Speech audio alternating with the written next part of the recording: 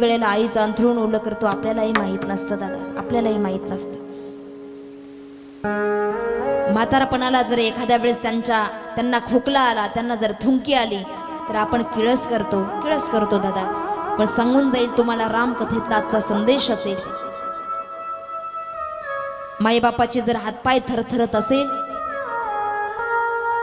Dustbin दूर असेल, थुंकण्याचं भांड त्यांचं थोडंसं बाजूला असेल, डस्टबिन पर्यंत ते जाऊ शकत नाही, थुंकण्याच्या भांड्यापर्यंत ते जाऊ शकत नाही, अशा वेळेला त्यांच्या तोंडापर्यंत थुंकी आलेली आहे, भांड दूर आहे. तुमचे हात जर समोर असेल ना दादा, हात जर समोर असेल ना, तर तुमचे दोनही हात त्यांची थुंकी झेलण्यासाठी समोर करा. मी नक्की सांगेल, रामकथा सांगून जाते दादा, ज्या वेळेला तुम्ही तुमचे दोन हात त्यांची थुंकी झेलण्यासाठी समोर कराल ना,